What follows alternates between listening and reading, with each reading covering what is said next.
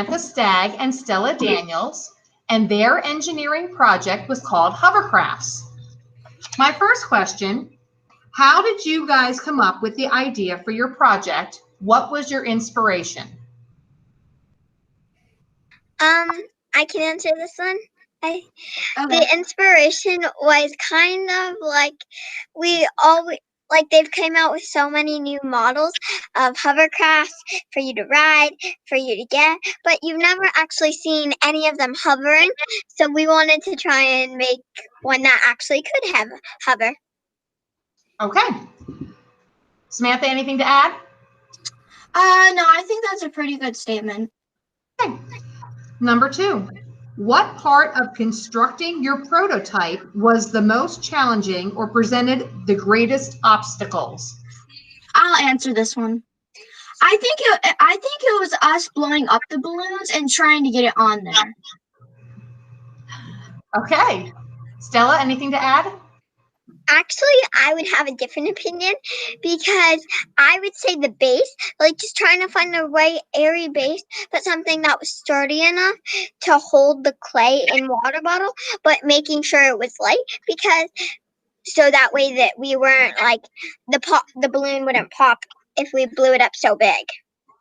Okay. Question number 3. Can you explain how you tested your prototype? Yeah. I'll answer this one. We tested it by measuring using a tape measure, and we measured that on my dining room table, and in inches, so that way we could see how far it would go. And we also had to do a flat surface just so it wouldn't hit any cracks and it would mistakenly stop. Yeah. All right, the 4th question. Did you need to make modifications to your prototype? If yes, what modifications? Yes. What modifications did you make? So first we were going to use a paper plate and a fan to blow the paper plate and the balloon off the ground so then it would hover. That didn't really work out. The paper and the fan didn't work out at all. First of all, we didn't order the fan off Amazon in time, and the plate was too heavy, they said. I can barely hear you. I can hear her. Okay. You guys didn't get it. I can't hear both of you. You can't? No. Try to rejoin. Okay.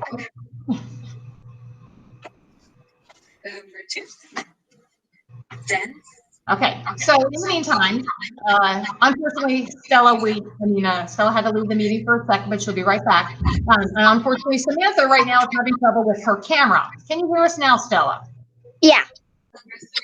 So we were talking about the modifications to the prototype.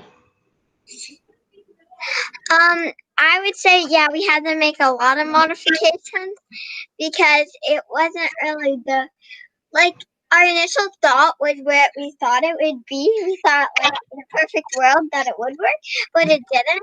And so we were gonna order a fan off of Amazon and add tinfoil to make it look like a real one and make it hover 10 inches. But that wasn't what happened. And we ended up using a balloon, a bottle cap, and a CD and some clay. Okay, so the 5th and final question. Is there anything else you would like to share about your project? Yeah. Samantha can go first, though. I don't really have anything to add about the project. But it was a little bit hard. It